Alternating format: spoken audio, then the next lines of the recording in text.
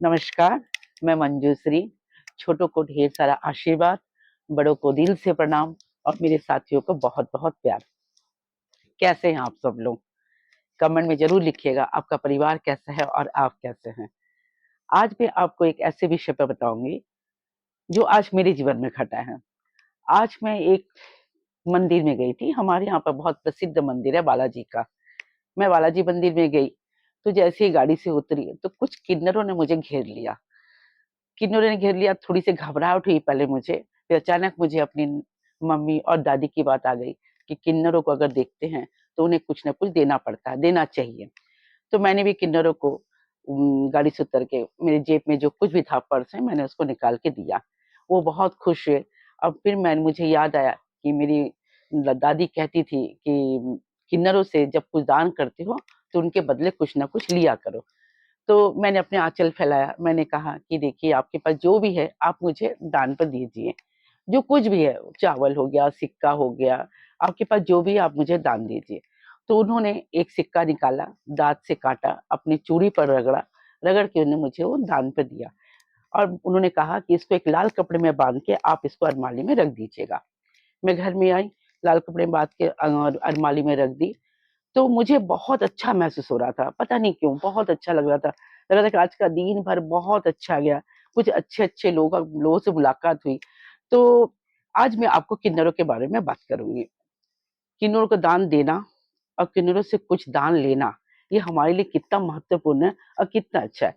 पहली बात तो देखिए इन किन्नरों को कभी-कभी उपहास मत करिएगा, इनका मज़ाक मत उड़ाइएगा और अगर हो सके तो आप उनको दान दीजिएगा, जो भी आपके पास है, जितनी आपकी सामर्थ्य है।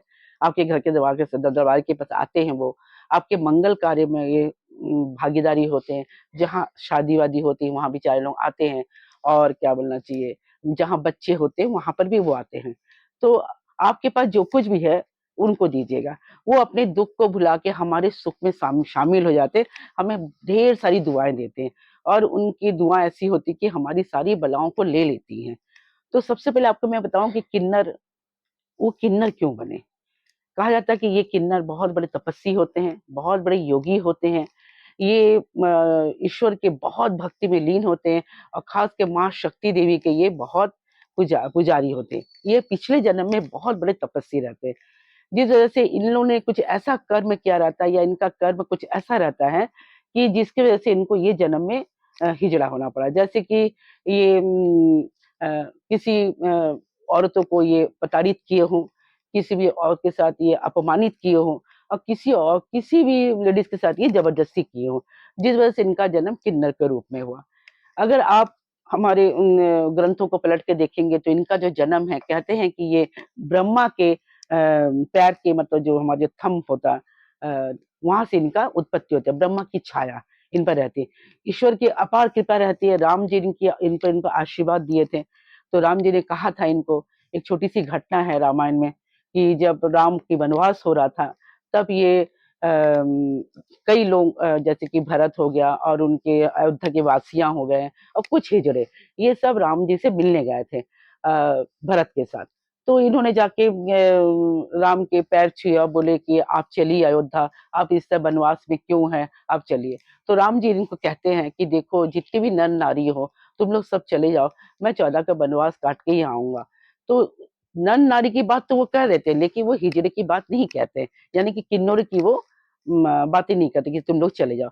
तो सब चले आते हैं लेकिन किन्नर लोग ये जाते नहीं, ये वहीं पर ही रह जाते हैं। जब तक राम वापस नहीं आएँगे, ये लोग नहीं जाएँगे। ये वहीं पर राम का इंतज़ार करते हैं और जब राम का 14 साल का वनवास खत्म होता, तो इनको रास्ते में मुलाकात होती। तो राम कहते हैं कि कैसे आप लोग यहाँ हो, आप लोग गए नहीं? तो इन्होंने कहा आपने तो हमें जाने ही नहीं बोला था। आपने तो नर-नारी को बोला था, हमें तो बोला ही नहीं था। तब राम जी इन्हें आशीर्वाद देते, बहुत खुश होते, गले लगाते और उन्हें कहते हैं कि आज मैं आप लोगों को आशीर्वाद दे रहा हूँ। आप जिन पे दुआ करेंगे, आप जिनको आशीर्वाद देंगे, वो फलेगा, फूलेगा, वो संपन्न रहेगा। ये राम जी के आशीर्वाद है। तो किन्नरों को आशीर्वाद है। तो इनकी बददुआएँ मत लीजिएगा। इनकी जितनी दुआएँ लगती हैं, उतनी बददुआ भी लगती है। अगर आपके घर के पास कोई किन्नर आ जाता है, तो आप कोशिश करिएगा, आप अपने तरफ से जितनी भी सामर्थ्य उनको दीजिएगा। किन्नर भूत का प्रतीक होगा। अगर मैं एस्ट्रोलॉजी की तरफ से देखूँ तो किन्नर जो है वो भूत का प्रतीक है। बुध है एक नपुंसक ग्रह है और इनकी खुद की कोई पावर नहीं होता है, बुध का खुद का कोई पावर नहीं था। अगर ये किसी ग्रह के साथ मिल जाए, तो ये शक्तिशाली होता है। जैसे बुध अगर सूर्य के साथ मिल जाए, तो ये अधिपति योग बनाता है, बुध अधिपति योग बनाता है, जिस वजह से हमारी कुंडली बहुत मजबूत हो जाती है। अगर ये शुक्र के साथ मिल जाए, तो आपको शारीरिक प्रॉब्लम दे सकती हैं। अगर ये मंगल के साथ मिल जाए, तो ग्रह बहुत अच्छी हो जाएँगी। तो इनमें वो ताकत है, अगर ये किसी के साथ जुड़ जाता है, तो हमारी कुंडली बदल जाती है। अगर ये किसी ऐसे ग्रह के साथ जुड़ जाए, तो हमारी कुंडली में शारीरिक तकलीफ भी बहुत होती है। तो आप बुधवार के दिन, शनिवार के दिन अगर इस सावन के महीने में अगर आपको कहीं भी किन्नर दिखते हैं, तो आप उनको ज़रूर दान दीजिएगा। मगर एक काम करिएगा, अगर आप दान देते हैं, तो उनसे दान लीजिए। इससे क्या आपको बहुत फ़ायदा होगा, उनको भी फ़ायदा होगा, आपको भी फ़ायदा होगा। आप अपना आँचल फैलाइए और उन्हें कहिए कि आपके पास जो कुछ भी है, एक मुट्ठी चावल है तो चावल, अगर सिक्का है तो सिक्का, अगर नारियल है तो नारियल, जो भी वो आपको दे, आप उसको आँचल में भर के प्रणाम करके उनके पैर को छूइए क्योंकि देखिए, इनके जीवन में बहुत दुःख होता है। भगवान ना करे कि किसी को ईश्वर ऐसा बनाए। ये हम जैसे आम इंसान में से ही पैदा होते हैं, तो इनकी दुआएँ लीजिएगा और कोशिश करिएगा कि इनकी जितनी आशीर्वाद ले सके और जितनी आप इनको दान दे सके, ये हमारे दानों पर निर्भर होता है। कोई गवर्नमेंट नौकरी या सरकारी नौकरी इन्हें नहीं मिलती है। ये इस तरह से ही अपनी ज़िंदगी जीते हैं। अपनी तकलीफ़ों को भूल के ये हमारे जब बच्चे होते हैं उनके घर में नाचने आते हैं, दुआएँ देने आते हैं। सोचिए जिनके पास खुद का संतान ना हो, वो अपने दुःख को किस तरह से छुपा के हमारे सुख में शामिल होते हैं। तो इसलिए मैं आपसे कहूँगी किन्नरों की बहुत महत्व है हमारी कुंडलियों में, हमारे शास्त्रों में, तो इनको कभी भी हाथ से पदक मत बनाइएगा, इनका उपहास मत करिएगा, 2-4 लोगों से इनका मज़ाक मत उड़ाइएगा, इनको तुच्छ मत किया अगर ये बद्दुआ दे दें, तो आपको मैं कह दूँ कि 24 घंटे के अंदर ये बद्दुआ लग जाती है।